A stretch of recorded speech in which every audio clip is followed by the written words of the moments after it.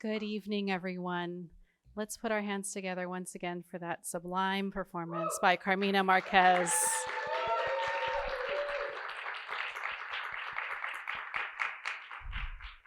I want to welcome you all to the kickoff event for the 2022 THEYFRIEND Nonbinary Performance Festival. It's here at San Francisco Public Library.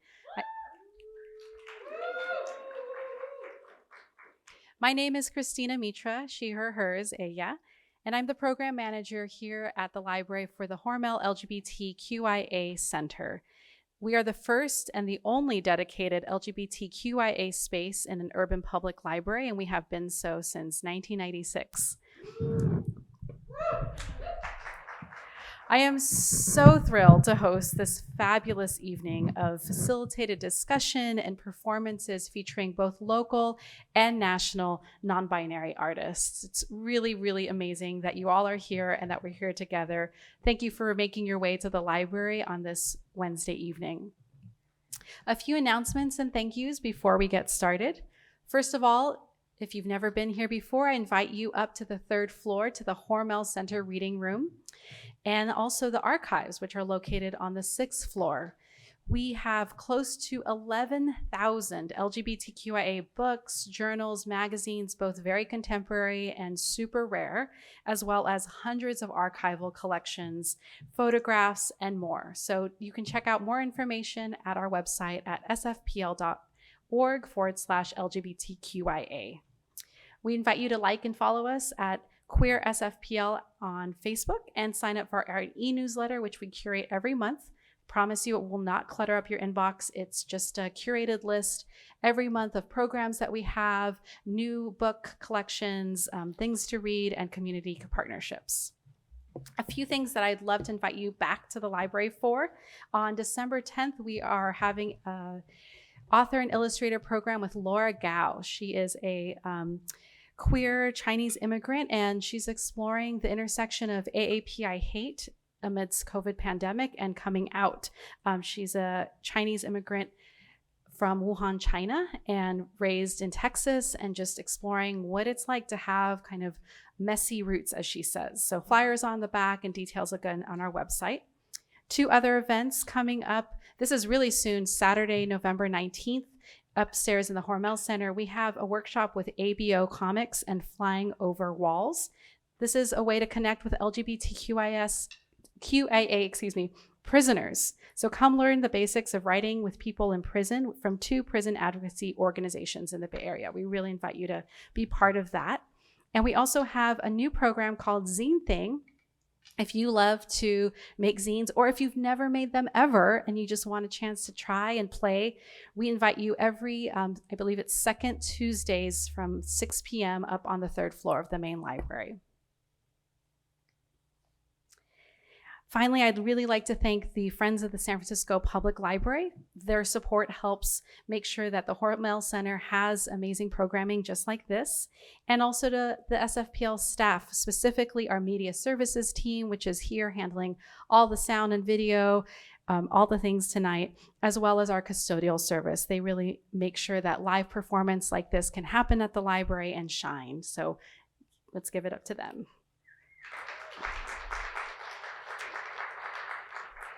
Without further ado, it is my absolute honor to welcome Vin Seaman to the stage. Let me tell you a few things about Vin. Vin Seaman is the director and founder of Diamond Wave. They are also the founder of THEYFRIEND, which is what we're experiencing here tonight, and co-curator of this year's festival.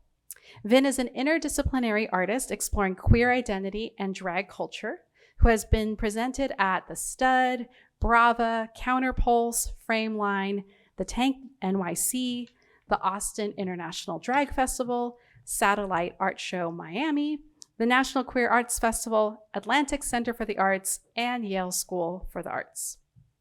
And just on a personal note for me, Vin played a very instrumental role as a guide and a mentor when I was just getting started in the queer arts world. So I am just so thrilled to pay it forward. Welcome, Vin, come on up. Thank you, Christina. Can everybody hear me okay? How are you doing tonight? Are you excited for THEYFRIEND? Do we have any non-binary people in the audience? Do we have any non-binary people in the audience? That's right. Oh, I am so thrilled to be here welcoming you to THEYFRIEND. I'm one third of the curational team for this year's program, along with Edgar Fabián Frías and KB Boyce. We have 5 different events over 4 days with 24 different non-binary performers. At this event here tomorrow night, we're thrilled to be at KQED with Rawia Tariq, Sharmi Basu, and Tyler Holmes. On Friday, we've got 2 events. We've got a happy hour that's totally free over at Oasis, and then we're gonna head on down to the Brava Theater where we've got a video showcase that Lotus Boy and I will be hosting. And then to end the festival, we're gonna be closing with the Unbounded Party at El Rio with live performances, some music, some DJ, and dancing. If you want to find out more about the THEYFRIEND program, Shmi, can you bring out the QR code? In case you didn't see it during our wonderful pre-show performance, we've got a QR code for you if you want to learn more about any of the performers or anything else about the festival. Shmi's got that QR code, so just grab that with your phone. We also have a survey to fill out to tell us how you like the show. Is there other things that you want to see? Let us know what's going on with you and how you're liking stuff so we can continue to bring you high quality programming that centers non-binary performance.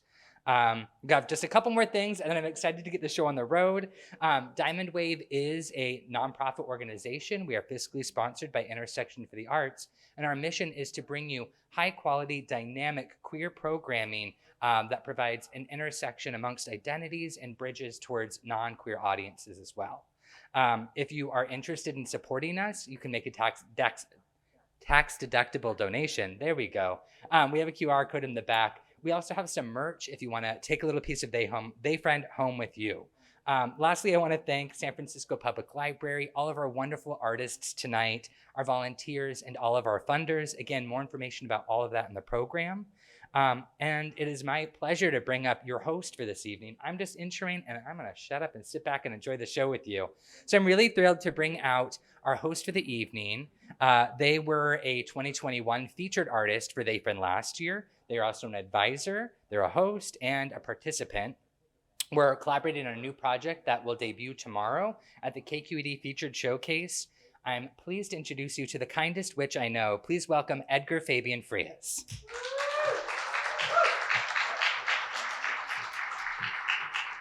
Hi, everyone. Welcome so much. Thank you all for being here at THEYFRIEND. I'm so excited to be sharing the stage with such magical people. We're going to be having a really diverse night tonight. We're going to be kind of switching things up a little bit.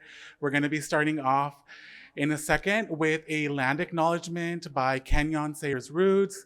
And I just want to say that land acknowledgements are really important, and we are always like to start our events with our land acknowledgement. And so I'm really grateful to Kenyon for providing one for us today. So we'll let them take it away.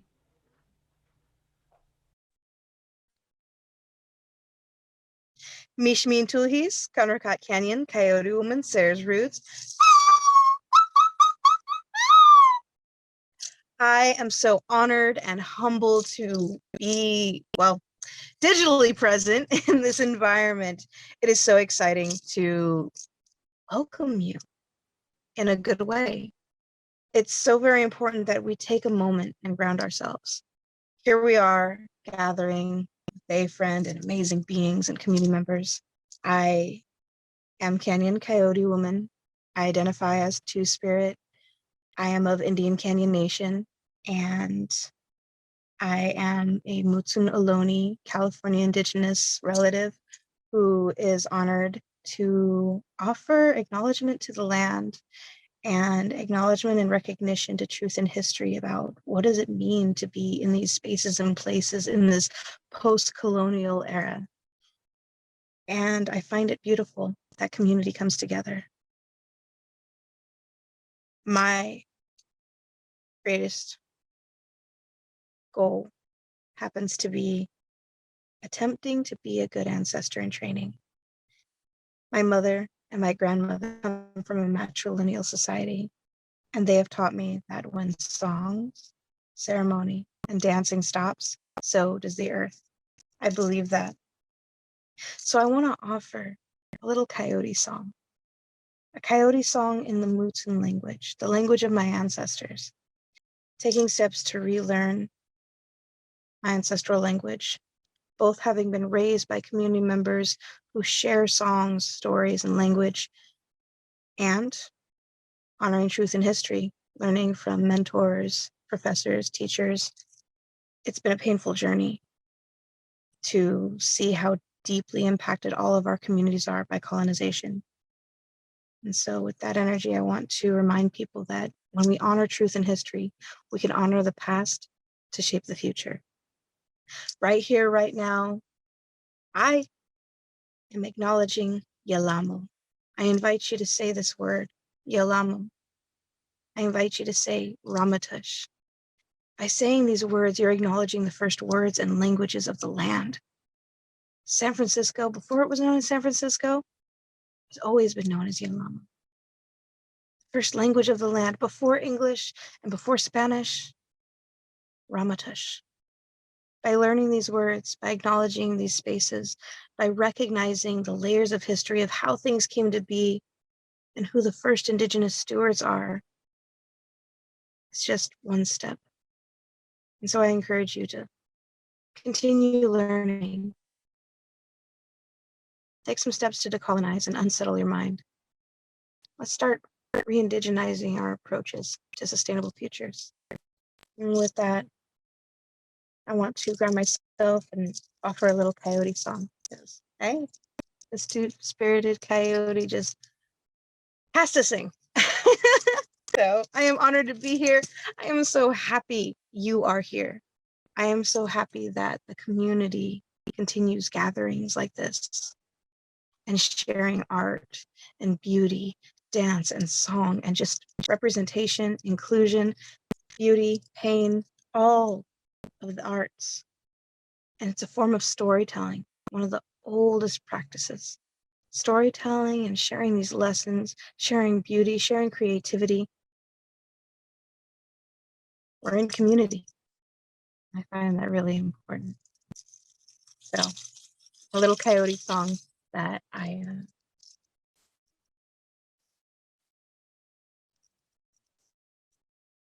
I'm relearning the Muslim language. Tan was my head, they walk she shay. Tan was my head, they walk she shay. Wakaniskuan, harakan waskuan. Wakaniskuan, harakan waskuan. Sawe, sawe, sawe, sawe. Tan was my head, they walk she shay. Tan was my head, they walk she shay. Wakaniskuan, harakan waskuan. Wakaniskuan, harakan waskuan. Sawe, sawe, sawe, sawe. Tan was my head, they walk she shay. Tan was my head, they walk she shay. Ooh. So I hope in your walk of life, in your journey, in your steps towards decolonization, and in your steps being a good ancestor in training, that you just keep asking questions and just continue learning. May the singing and the dancing and the ceremonies never stop. For when that happens, so does the earth. Oh.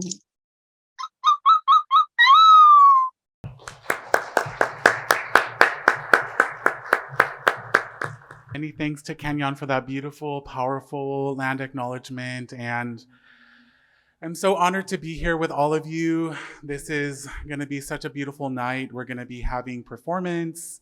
We're also going to be having conversations. And if we have time left at the end, we would love to invite you all to share any questions, any reflections So definitely take a moment and notice what comes up, what kinds of questions or thoughts you might have as you're witnessing some of these incredible performances. And so the first performance we're going to have before we introduce everyone is by Andy Guthrie, and we're going to be calling them up on stage to witness their performance. And after that, we're going to be moving into a little panel. So if everyone wants to clap for Andy and welcome them onto the stage. Thank you, everyone.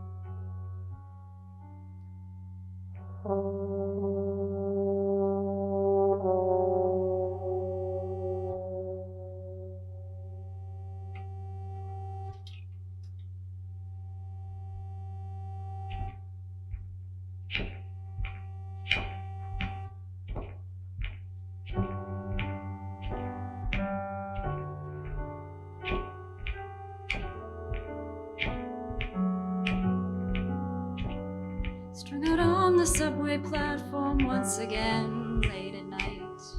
Used to be a mark of victory, but you don't want to fight. At the bar they ask your name, you pull an alias to light. Marianne, Adrienne, Julianne. But all they hear is outsider, outsider, outsider. No one's looking for you.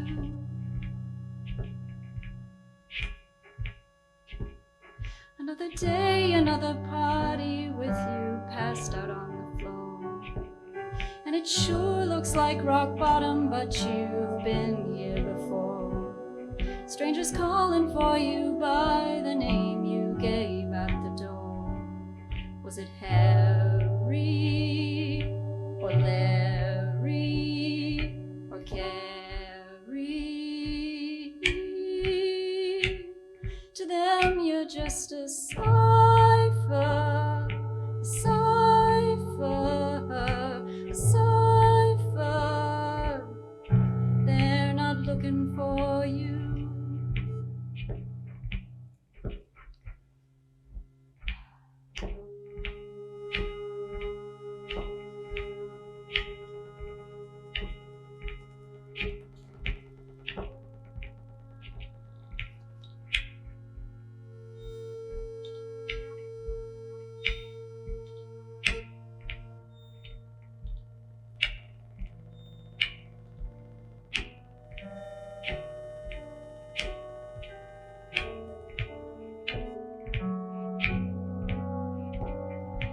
Comes to you in flashes, but it still fades away.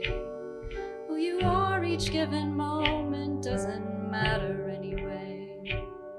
And each self that you try on feels like a role in a play.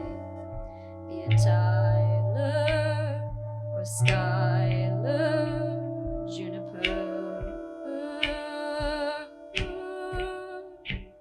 'Cause all you are is a liar. A liar, a liar. No one's coming for you.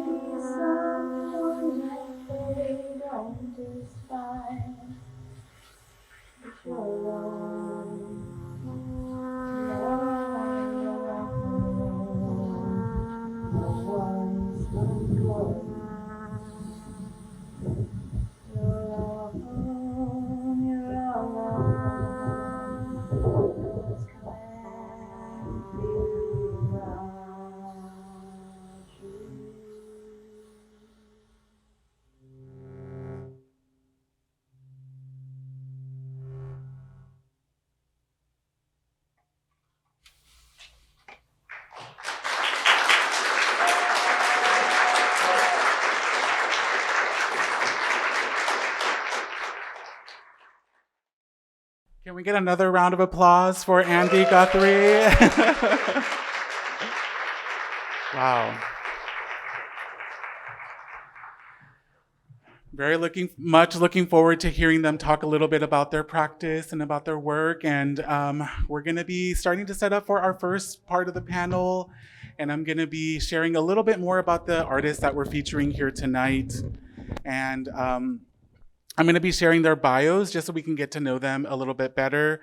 And I definitely want to invite folks, as I'm reading your bio, if you want to start to make your way to the stage. I'll start with Carmina Marquez. Carmina Marquez is a multimedia artist, a performer based in Oakland, California, a first-generation Mexican-American. Their work reflects a state of being in between worlds, drawing from Nahua, Basque, and Sephardi magical traditions, as well as their vivid dream landscapes. They explore ancestral communication, gritty sensual power, and the possibilities in floral masculinity. Their work speaks in a symbolic proto-language through movement, sound, revealing hand tools and fiber as talismans and portals. They are influenced by magical realists, artists such as Graciela Iturbide and Remedios Varo. They create to invent and reinvent themselves, exploring collective epigenetic possibilities for the imminent future, asking the question, if not this, then what?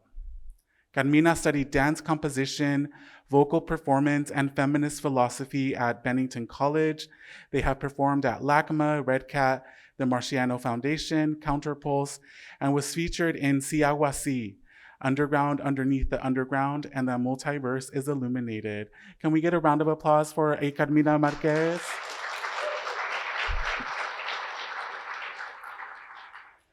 Wonderful. And next we have Alder Duan Hurley. Alder Duan Hurley's poetics centers around the difficulties and rewards of human connection.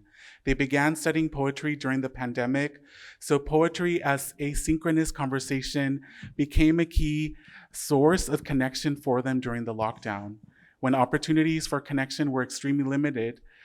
Though they learned to write for the page, Duan Hurley has also written pieces for specific performances. They have performed one such piece written with the support of the GAPA Hearts and Minds program and cohort at the Brava Theater Cabaret and at the Gun Theater at the Legion of Honor in San Francisco. Duan Hurley is inspired by artists who shift culture through their work and aspire to that themselves. They are most excited about their work when it brings together their community organizing and their poetic practice. Can we get another round of applause for Alder?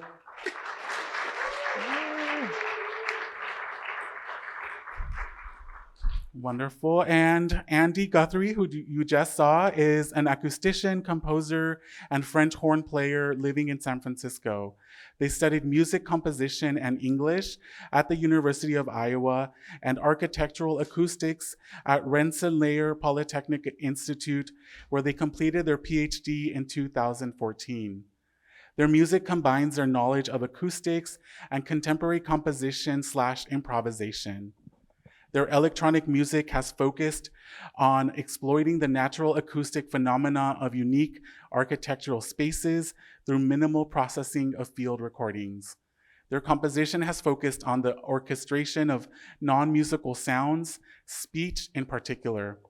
Their French horn playing has focused on electronic processing and extended techniques used in improvisatory settings. As a soloist and with Frau Fräulein and Delicate Sen, among others, festivals and installations of note include the Nature of Music series at the Brouwer Center in Berkeley, Festival Cable in Nantes, France, and Florisonic Sound Art Installation Series in Chicago, and the No Idea Festival in Austin. Can we get another round of applause for Andy Guthrie?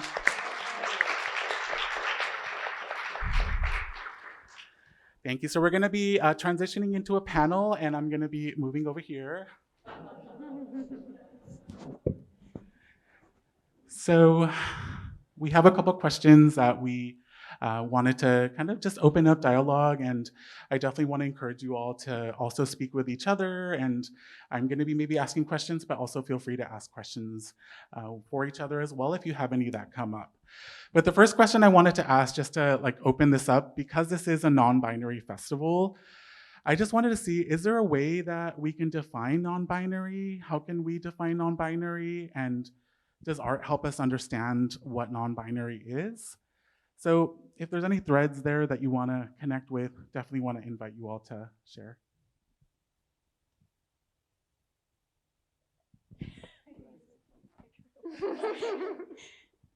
I don't know that I specifically have a definition, but one thing that I watched recently that really kind of resonated with me, I think their name is Emru Al-Kadi, who's goes under Glamru as a drag queen, and has really great writings and video about how like the binary is sort of like Newtonian physics, and when you get into quantum physics, quantum particles are non-binary by nature, and it's sort of the hidden thing under everything. Even though we try to define it in this way, it can't be defined. So I guess that's what I think about. I would agree. I don't have a definition for it today, and I don't think that's because it's this amorphous, undefined thing, but I do think it's because each individual non-binary person is pushing what that definition means when each of us embodies it differently. And then another thought I had while looking at the opening video that was playing during Carmina's performance, I noticed Tyler, the filmmaker, I thought that what they were doing was a form of play, really, and this kind of combination of planning and also breathing on the soil and taking in these other unexpected things that came up and letting that coincidence and chance be part of the process. And so to me, that was also a kind of non-binary craft that they were doing. And that aspect of play, I think, is actually really key also to non-binary identity. I think often we are playing with gender as non-binary people.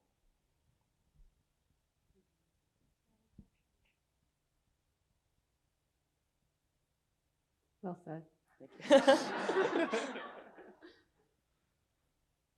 you want to add, or? I think I was telling Edgar earlier that the way I experience non-binary as a phenomenon on a daily basis is in seeing that in any given decision there are equally valid reasons for each one, and then just being with all of those equally valid reasons and just like kind of like seeing where one is being pulled. And I feel like there's a space in between where it's the letting all of those things be true, which is kind of the practice of non-binary for me. And I think that goes beyond gender. I think gender and expressions of gender can be included in that practice for me personally, but it's not just about that. Yeah, thank you. Yeah, and I love hearing like quantum physics and play, and also, as you're bringing up this possibilities that can exist, and it makes me think a little bit about how play and also quantum physics both speak to that notion that things can exist at the same time, and also that we can be led, or that there can be some sort of guidance. And I definitely saw that in the video, and saw like this like undulating organic process happening. And I feel like also in us all like coming together, what we're creating is something that is emergent, right? That we're being inspired by each other, and we're also responding to each other, and something is emerging between us. And before we started today, Carmina brought up the notion of us being a cauldron, that we're all kind of creating something together, all putting our little bits into the cauldron, and knowing that as artists, we're putting stuff into the cauldron, and then also people who are here are also bringing their energies. We're also responding and feeling your energies as we're performing, as we're up here on stage. Yeah, so I'd love to see if there's anything else that comes up, maybe as we've been talking, that you want to share before we transition into the next video that we're going to be sharing.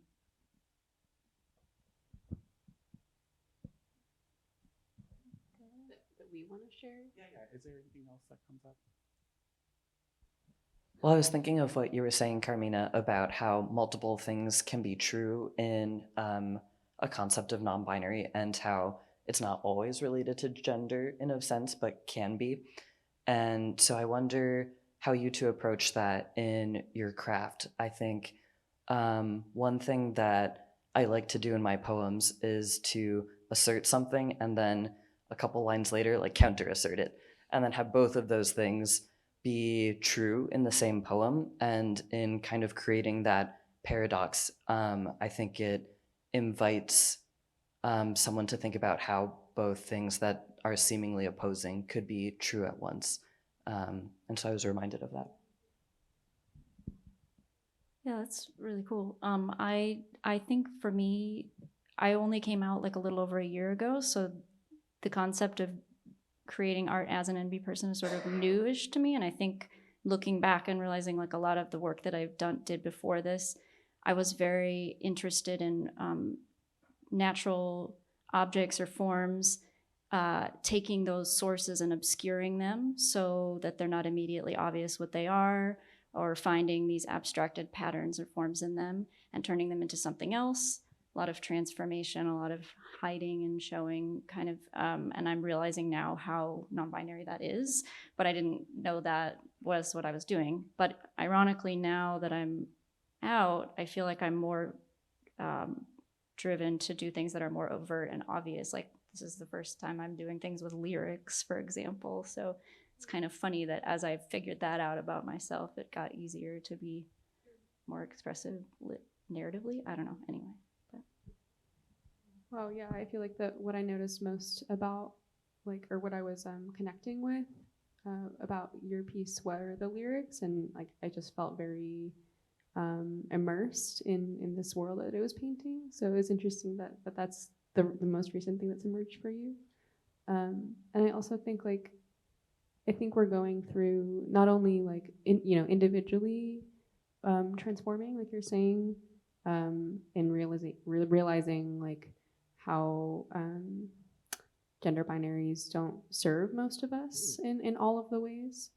And so it's not only like an individual transformation gender-wise, but a transformation of gender, and how we conceive of and embody gender as like this like whole, I'm saying this like whole glob that is maybe humanity or even just like anything that is sexed in any way, and maybe just I feel like our understanding of what that is, if we actually look closely at biology, that it's always been like this like seething like pit, rather than like this fits neatly into this category and this fits neatly in this other category. Like I feel like that's transformation really encapsulates it. Like it's nothing is static, like it's always transforming, and gender is included in that.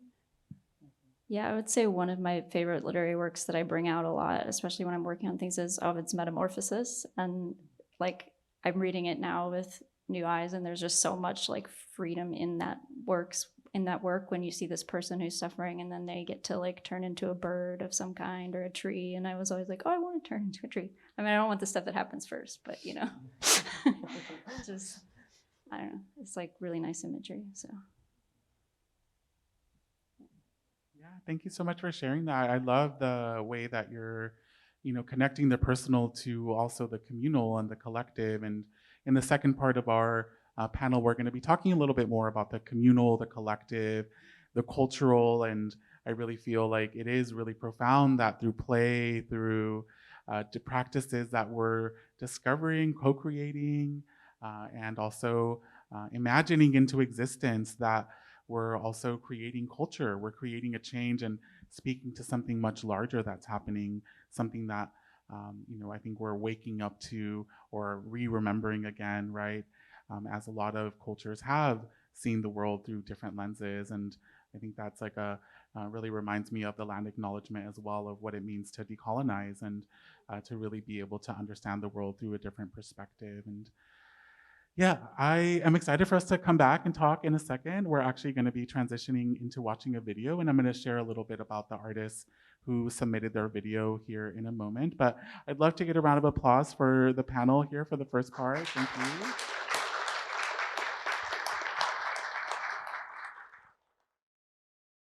This next video that we're going to watch is by Christie Blizard, and Christie is not here with us today, but I'm excited for us to be able to witness their video work that they've submitted. And I'm going to just be sharing a little bit about Christie here, just so that we have a sense of who they are, since we'll be watching their work in a second. So Christie Blizard was born in rural Indiana and lives and works in Texas. They were a participant of Skowhegan in 2018 and attended MacDowell and Art Space. Shows include those at the Contemporary Arts Museum in Houston, School of Visual Arts, Black Mountain College, Good Morning America, the Roswell UFO Convention, and the Today Show. They have been featured in Hyperallergic, Art News, Art in America, and New York Art Magazine. Recent performances include those at Cloaca Projects in San Francisco, Interference Fest in Austin, Texas, Marfa Myths, and an opera in Fort Worth, Texas. So give a round of applause to Christie Blizard. We're going to watch their video in a second.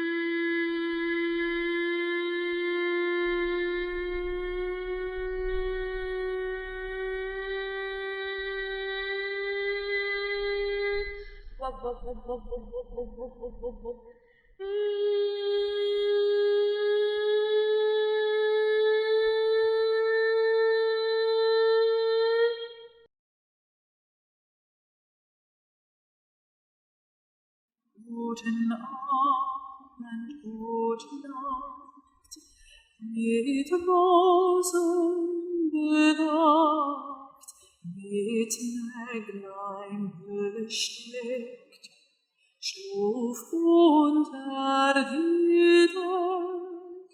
Morgen früh, wenn Gott will, wirst du wieder geweckt.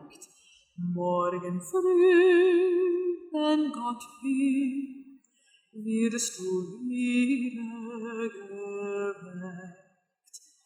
Guten Abend, gute Nacht, von Engeln bedacht, die zeigen im Traum die Christkindleins Baum.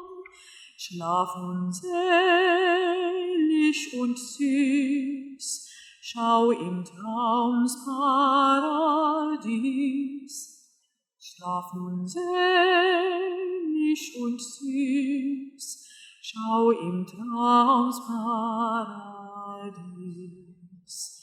Guten Abend, gute Nacht, schau im Traums Paradies.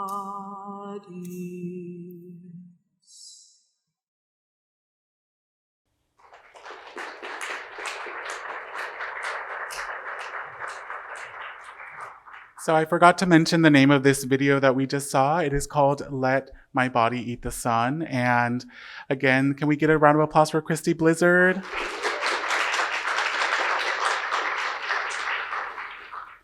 And so now I'm proud to share that we're going to be getting a performance from Alder. And if everyone wants to give a round of applause for Alder for coming up and performing.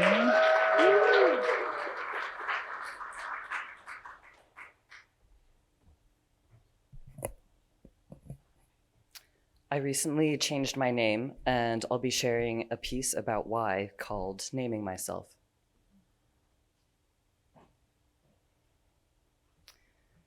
Once, my name was a secret.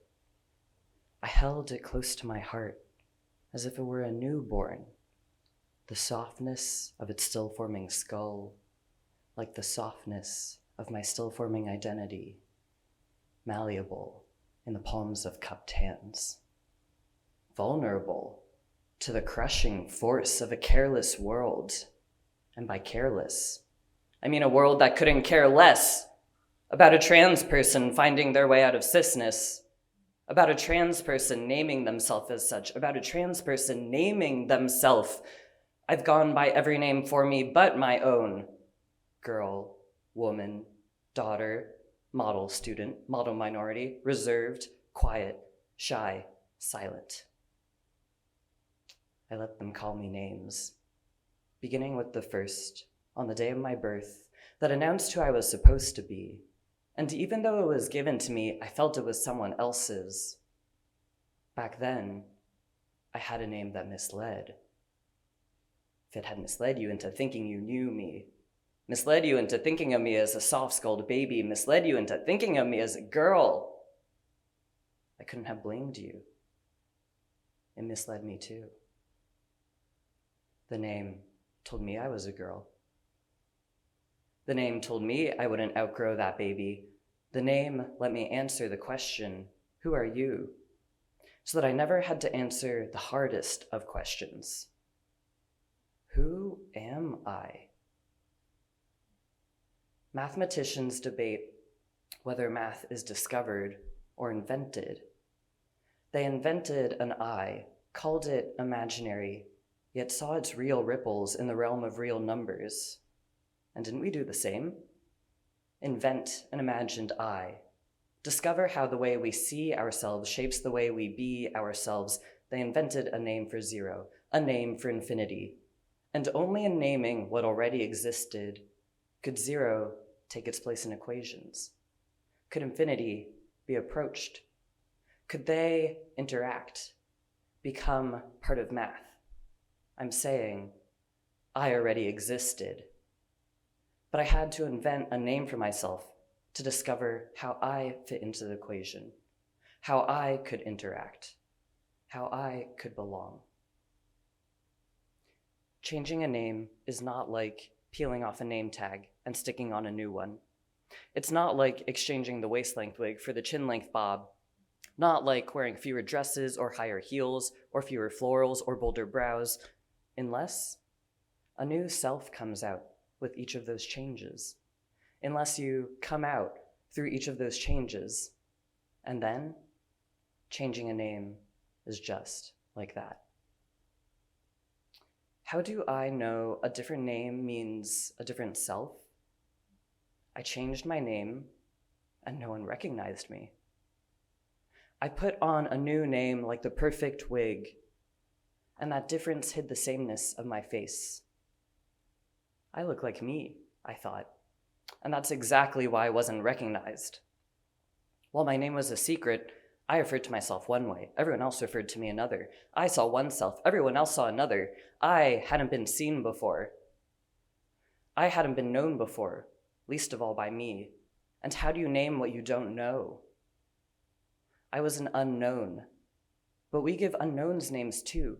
Call that variable X. We can name it without knowing it. Name it without pinning it down. That's the way I knew myself.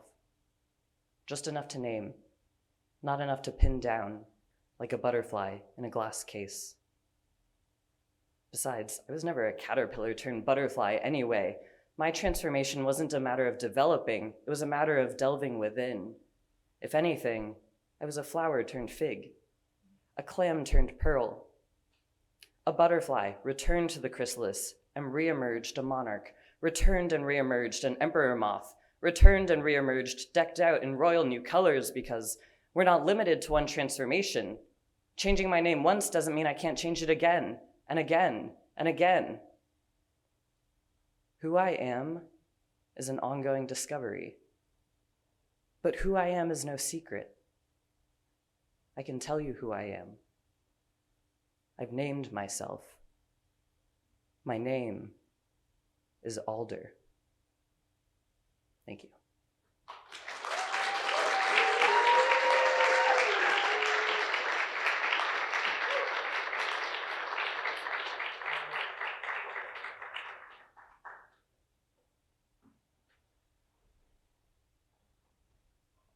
Thank you so much, Alder. Wow, can we get another round of applause for Alder? Woo!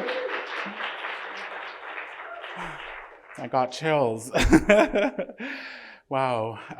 Yeah, so the next video we're gonna watch is by a couple of witches, and this next video is a spell that we're gonna be watching together.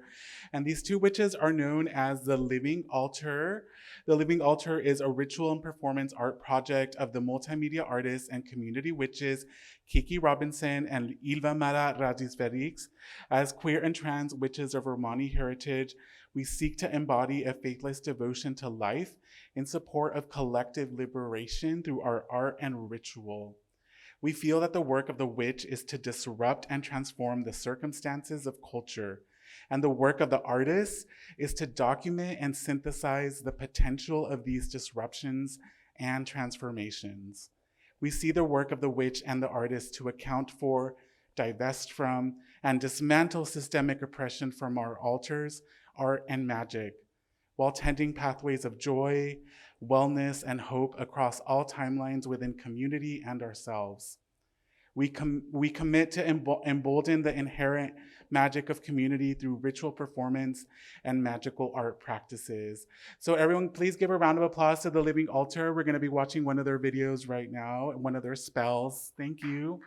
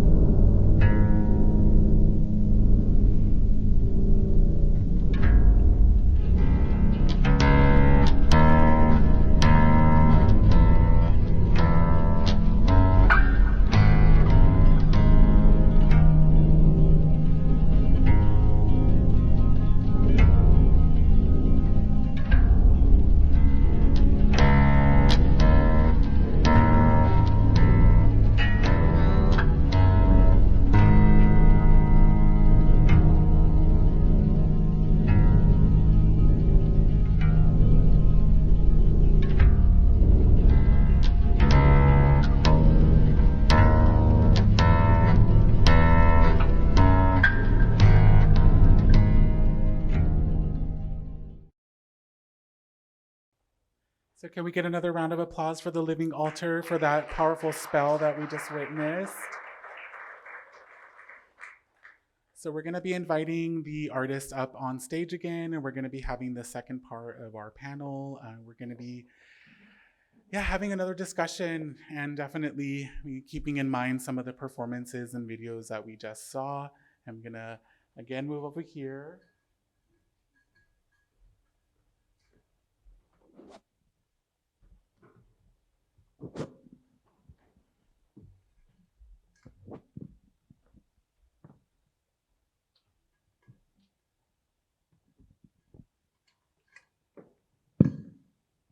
So I wanted to, ask the question. I know we were talking a little bit about what it means to be non-binary, and also like how it shows up in our art. And in thinking about art, I was wondering, what you feel maybe the purpose or the role of art is for yourself personally, also for your communities and for the world. I know that's a really big question. So whichever one of those that maybe resonates with you or that you feel you'd like to speak to, we can start there and kind of, again, open up dialogue.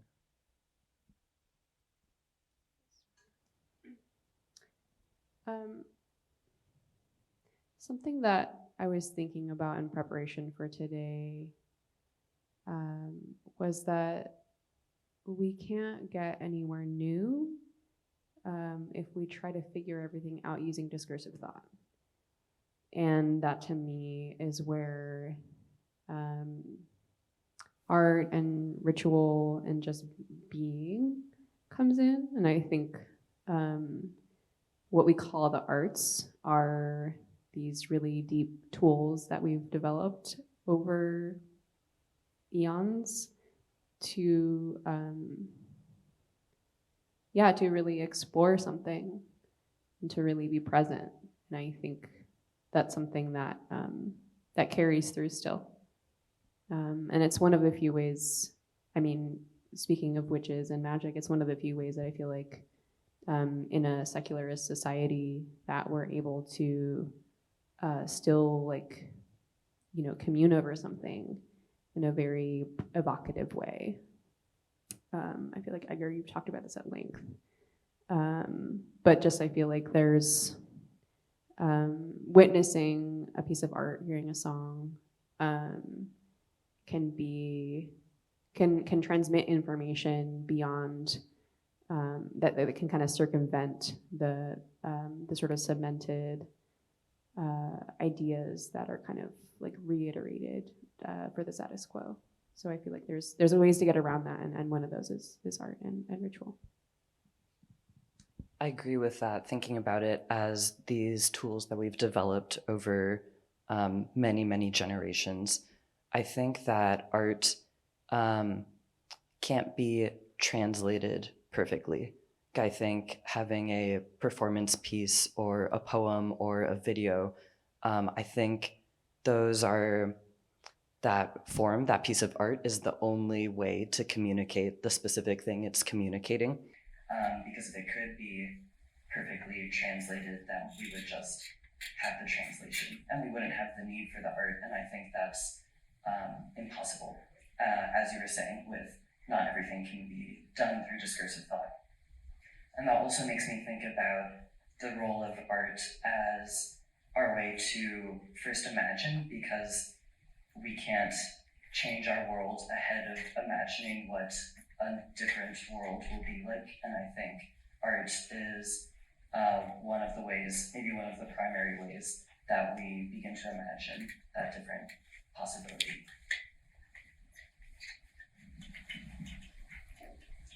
Well, you guys both said so many eloquent things, I'm not really sure what else to add. I think there's something about, we just saw a really beautiful range of three things there, something that was more abstract and sort of surrealist, I guess, a little bit, and then yours, which was amazing and beautiful and like deeply personal and clear and meaning and stuff. And then we saw this piece that was somewhat political in nature, but also kind of magical and abstract. And I don't know, it's just cool that we can express this part of ourselves in so many different ways.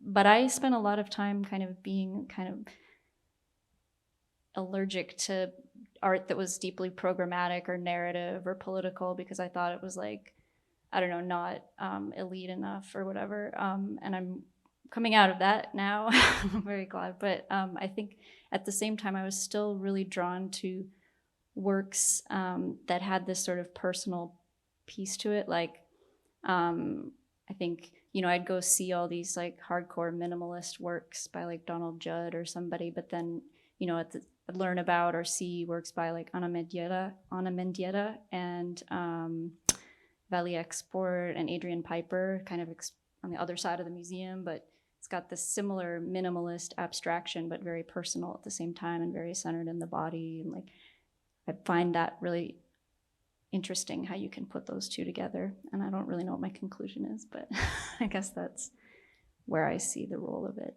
for me. Yeah, I really appreciate the way that you're speaking to, you know, Carmina, you were really speaking to this like direct transmission that happens that can sometimes, like, artists can hide things in their work, you know, and I think a couple of folks have talked about occluding or making different decisions and then living or being with those different decisions. And also that these tools or these ways that art can help us start to unlearn or even reflect upon some of these ways that we've been taught to view the world, to experience the world, to be in the world. And I feel like art is a potent space for that type of reflection and transformation. And I really appreciated, Alder, what you were sharing around, you know, this inability to transmit or translate this essence that an art is able to carry with it and share with others. And just really reflecting also on, you know, how, you know, when we talk about non-binary culture or non-binary art, there is an essence, like we're all connected by an essence, even though we might like manifest in many different ways or show up in many different ways, but that there is an essence that connects us and that we're connected to also lineages that many of us, because of colonization, have not maybe had a chance to connect with, that do also reflect upon some of these tools and practices that we're trying to tap into living in this day and age that we are. And so I would love to see if there's any further thoughts about like the role of art, or also want to open up to see if you have a question that you'd like to ask of each other for us to also open up dialogue in that way.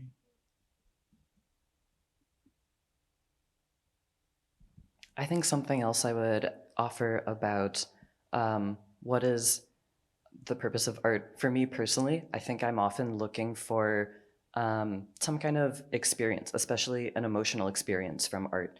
So on a bad day, I'm looking for art that's delightful and that lifts my spirits. And on another day, maybe I really appreciate the art that reminds me to be critical or critique something that I was taking for granted. And so I think all of those types of art have a role. I mean, I only named like 2 broad categories, but I think in poetry, at least, there's this idea that so much poetry is sad and depressing and kind of pessimistic.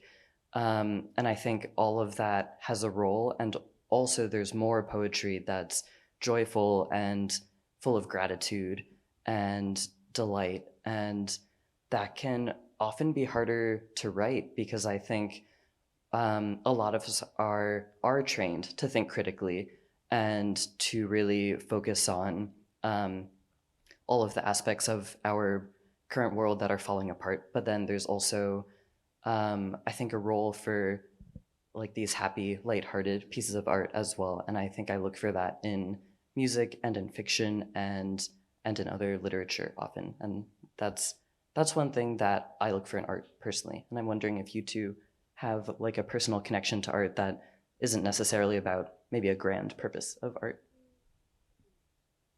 Yeah, I mean, I would say on a quotidian level, like my music choices are, I have similar like, I guess like motivations behind musical choices that like I want it to like help pull me through whatever I'm going through in any particular day. I mean, like let's lighten the mood, or like let's, you know, And the one that's interesting to me is the one where I, like, instead of pulling out of how I feel, just like getting in there and being like how can I make this witchy, you know, and just being like, yeah, like whatever, like this grief or like this, like, yeah, just like kind of like the feeling of when you first start digging a hole and you're like, oh, my hands are getting dirty, like I don't know if I want to like get my clothes dirty, and then you just like kind of lean into that and you're like, yeah, like digging a hole.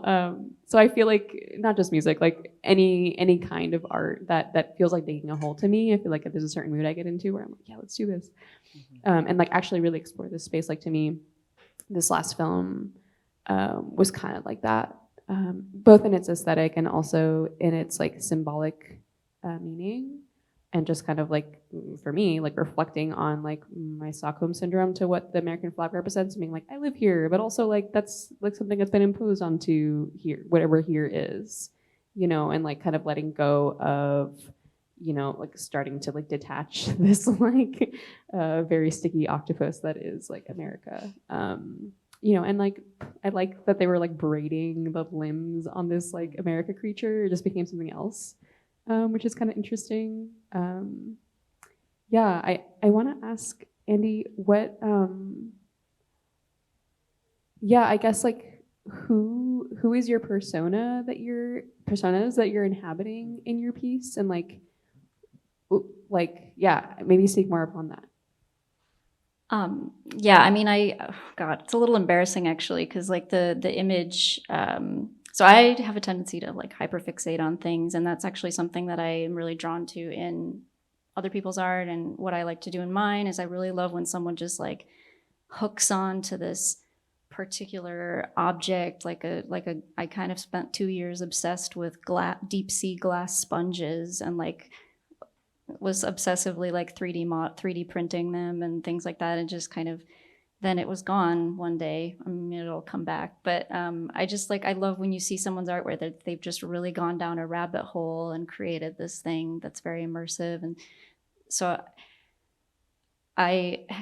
long story to say that I became sort of hyperfixated on a particular show over the pandemic, which is called The Magicians. And so the character from that show is sort of the person that I was personifying when I came out with the robe and everything on. But as I was writing that song, I sort of started it with that in mind, and then it became about me.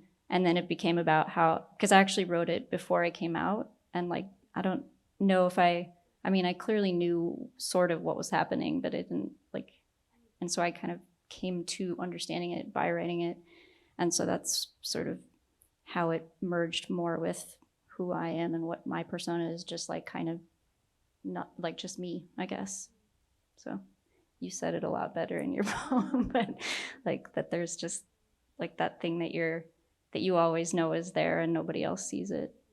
So I mean, that really speaks to this thing I've been exploring where I'm like, oh, I'm gonna set about like giving birth to this art item, and then it's like, nope, I'm giving birth to you, and you're like, ah. Like, okay. Oh yeah, like the number of times the final product looks like what I think it's going to is like 0.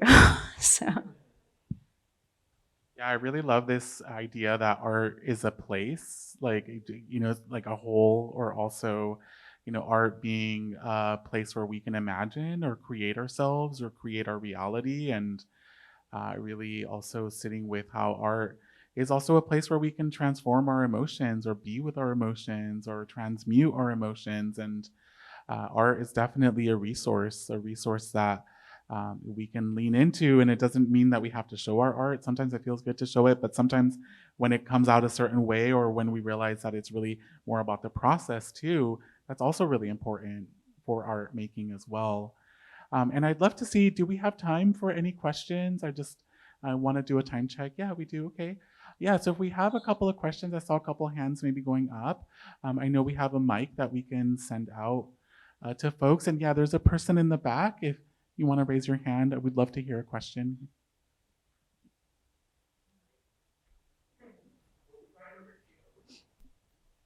Yeah, the mic's coming. Can everybody hear me okay? Okay. one of my questions, and I think you guys were talking about it a little bit on stage, but I feel like for me as a trans person, part of the whole deal is like getting to build your own self back up again. Like there's this, like also the tower in the video, I'm like into tarot a little bit, but for people who don't know, the tower is this card of destruction and like about the tower coming down and sort of like the end of like the society as we know it. But like how much of that is resonant like within your own work as an artist? I know like some people can really explore their identity like before they come out or like know themselves before they come out. But how much of like your work helped you build like the identity that you're building now or like the communities that you're building now? Hopefully that question makes sense. Well, I was thinking about the last thing that you said, Carmina, about how you set out to birth a work of art and it ends up birthing you. I've definitely felt that with poems where it feels like me and the poem are co-creating something, as in I am making the poem, but the poem is also making me. And for me, there's a lot of unconscious processes that are also part of making a poem. And so there's something very therapeutic where like it's almost like dream analysis or something where it's like, where did that come from in my head? And like, what does it mean? And if I build on it and think about it, what will I learn about myself in that process? Yeah, I think it's interesting that the two cards in that film were the Tower and the Hanged One. And I feel like how this relates to my practice, specifically the weaving practice, which you just witnessed me like cut off its tether.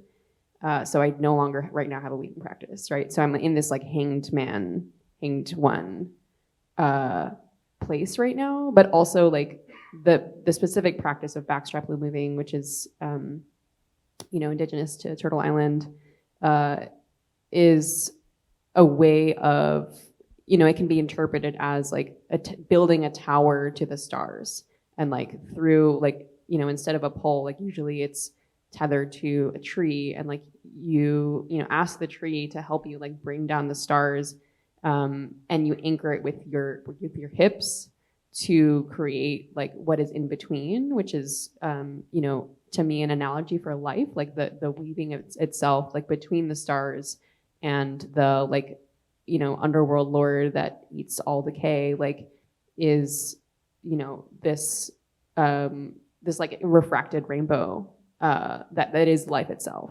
And I feel a little bit like both, like the tower is a place to fall down from, but it is also a place to ascend to, or like that you can climb to then ascend.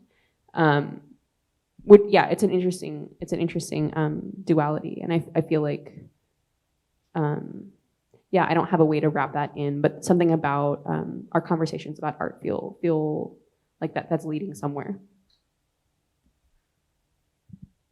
Yeah, I think for me, I'm really just at the beginning of it. So I haven't really deconstructed that kind of stuff about my work. And as I'm creating it, I just, I went from years of making these things without without investigating myself and just kind of not being part of it at all. And I'm seeing now how much of that was deliberate, like I was repressing it or whatever. And now that it's out there, the first thing I did was swung around and wrote an album of songs. And so I'm like, that was kind of like my cathartic moment. And now I'm like, what do I do with this in my art? And then, so I'm definitely just kind of trying to pull that apart and think about it now. So. Yeah, and I just wanted to share with you, bringing up the Tower card, another interpretation I heard recently about the Tower card is that it also is a revolution that exists or happens in your life. And I really feel like art can be that revolution where sometimes, as you're saying, we might begin working on something and then only later come to understand that we were really birthing ourselves, that we were really creating space for ourselves to maybe come to another realization or come to another place of understanding. And I definitely feel like it's iterative and collaborative, the way that art works, where we are really creating each other. And I think that's also how it works in community, is that we also get inspired by others and we are creating community with each other. And that's how we also like really learn about ourselves, is through others as well. And so I really love that question, because I think it is something really important to explore. And I think it does really, I think we all have our own process and how we get to our sense of self and sense of art. So thank you so much for that question. I'd love to see if, I think we have room maybe for one more question. There's another person that wants to ask a question. See, yeah, in the back. Hi, segueing perfectly from what Edgar was just saying, I, as an artist, really value community and belonging. To me, I feel like community and belonging are two sides of the same coin, and they mean everything to me. And as someone really new to living out here in the Bay, I was wondering where you all find your sense of community and belonging, and maybe how that relates to your art practice. I mean, I spend a lot of it online and various Discord groups, and being able to find people who share interests and share ideas about gender and things like that has been really helpful. But out in the real world of the Bay, I'm still working on finding that. So.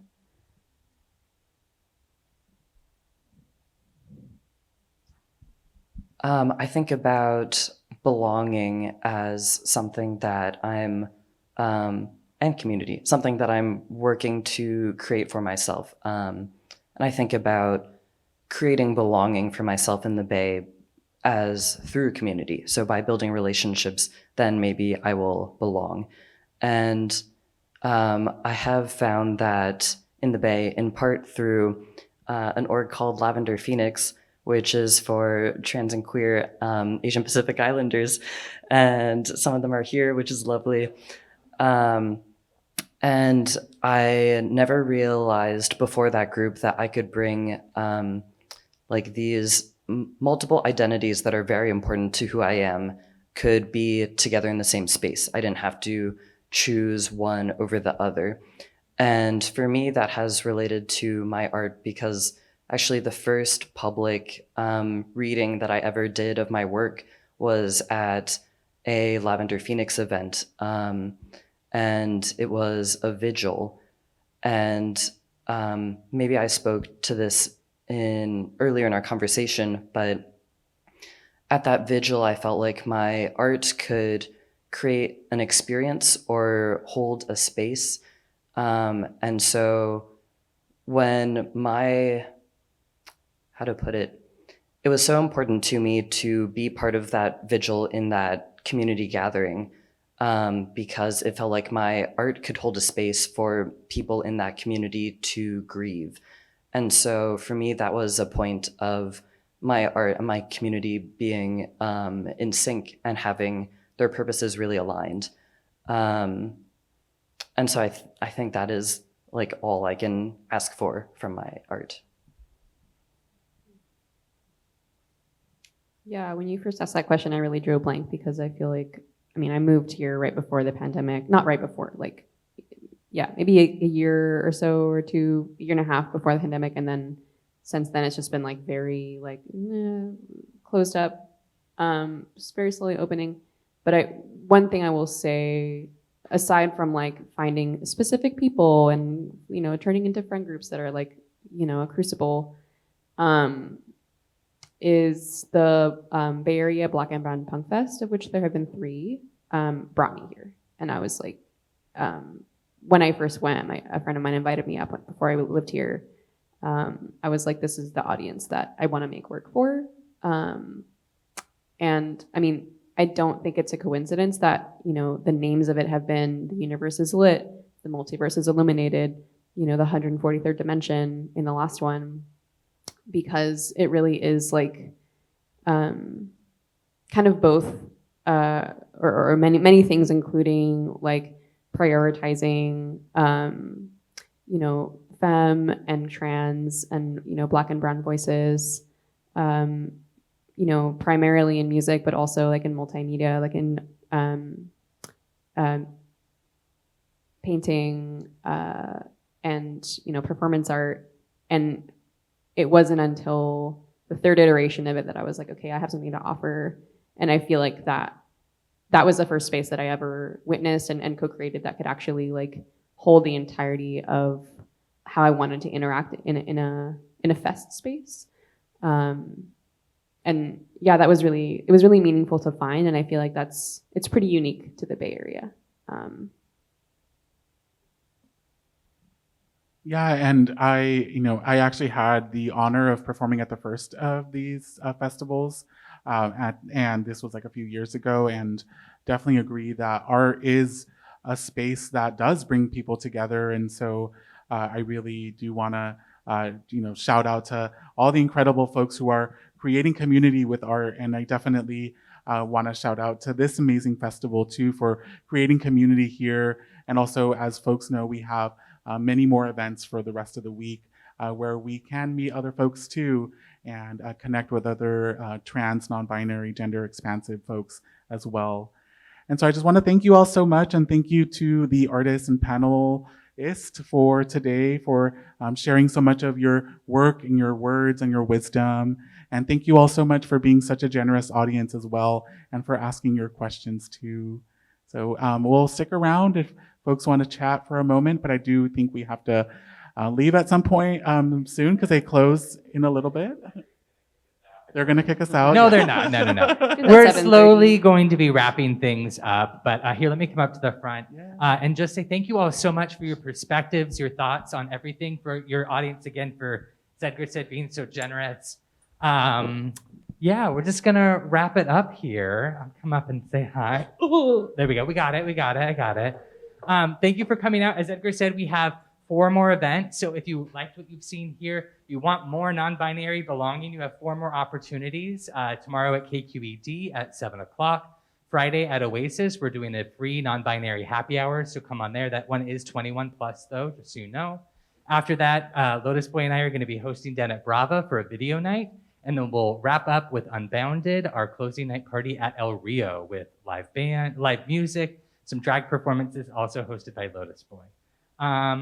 Anything else y'all want to say for our parting closing thoughts here? Thanks everyone for coming. Yeah, thank you. Thank you for coming. Also, yeah, to answer the last question, like this is a creation of like a place where people can connect about this and like co-create the futures of what non-binary means and in all the respects that we were talking about. This festival really came out of the fact like we didn't have a specific place of belonging. There's things that continue to pop up. There's little pockets that happen. But also, I would encourage you, it's up to us to create that space as artists. Like we have the power to create those spaces and to bring folks in to our sense of belonging as well. All right, let's get a round of applause for our wonderful moderator, Edgar Fabián Frías, our performers and panelists, Andy Guthrie, Alder Duan Hurley, and Carmina Marquez. Thank you to the library, Christine and Kevin, for having us, all of our wonderful funders and sponsors that are helping us co-host this festival. And thank you for coming out. We'll see you again soon.